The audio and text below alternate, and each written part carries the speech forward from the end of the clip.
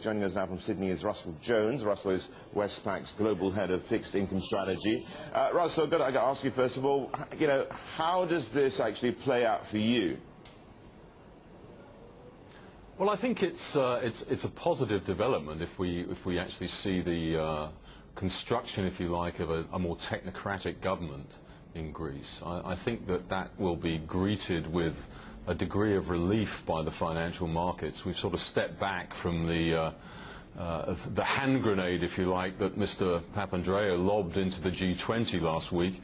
And the prospects are now that we have, the potential for a technocratic government led by perhaps a central banker, Lucas Papademos. He's a rather dull, rather grey figure, but I don't think that's necessarily a bad thing at the moment where Greece is concerned.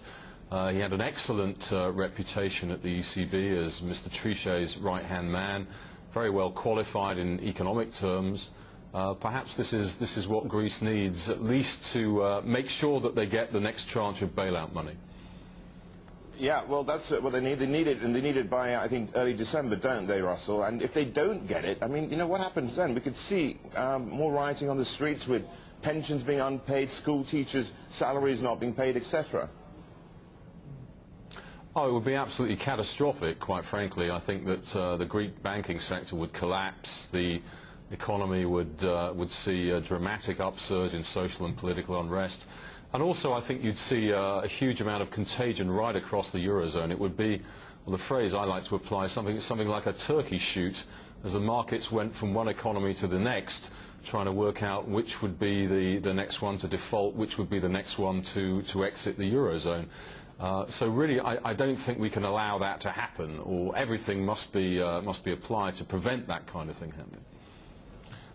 What does a two-year Greek bond yield of nearly 100% tell you? It's telling you that the markets believe that you're going to have effectively a much larger default than is currently being negotiated or being discussed by the various powers that be.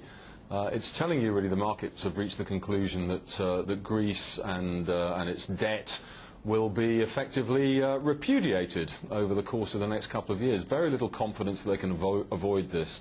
So even if we reach some sort of agreement around this 50% haircut now, the likelihood is that ultimately that haircut will rise and become pretty close to 100%. But it does seem now the US sights are on Italy as its bond yields on its 10-year, I think, are approaching, what, 6.5%, and that's regarded as essentially being the sort of level where we had other countries go cap in hand and got bailout money.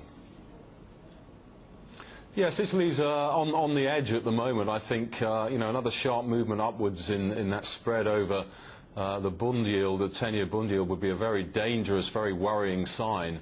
The problem is that the ECB, which has the ability to actually prevent this from happening, has so far been rather reluctant to do so.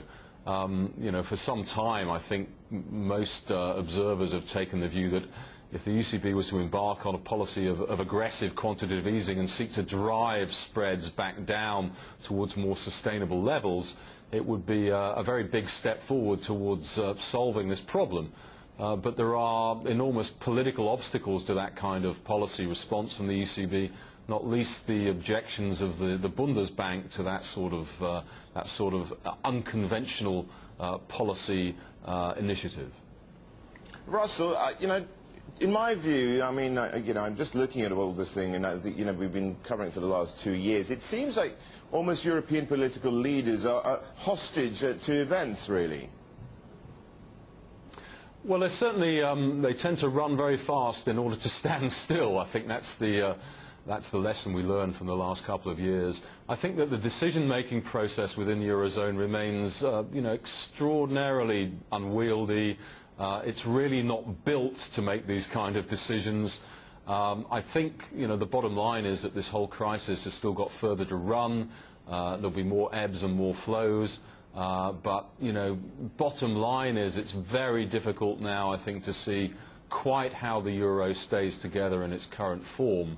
I think that increasingly it looks like within the next couple of years we'll see a different euro, perhaps a much smaller euro, but it is very difficult to see how it can survive in its current manifestation. Yeah, well, with that in mind, who's going to provide the joined-up thinking for the necessary changes to be made? I really don't have a simple answer to that. You know, ultimately, the sort of things that are necessary to turn what is a sort of half-baked hybrid currency zone into something which is more optimal, as economists put it. You know, the decisions which are necessary, like really addressing the competitiveness inequities across the different economies, really putting in place a single treasury with the power to construct fiscal policy for the whole region. Those things are so politically difficult and so hard to reach agreement on. It's very, very hard to see quite how they're going to be established. My sense is the only way they can be established is literally if the euro is about to implode or to fragment, and then that might just about be enough to concentrate minds. But sorry, Russell, that's all we've got time for. But thanks so much for joining us, Russell Jones, joining us there from Sydney.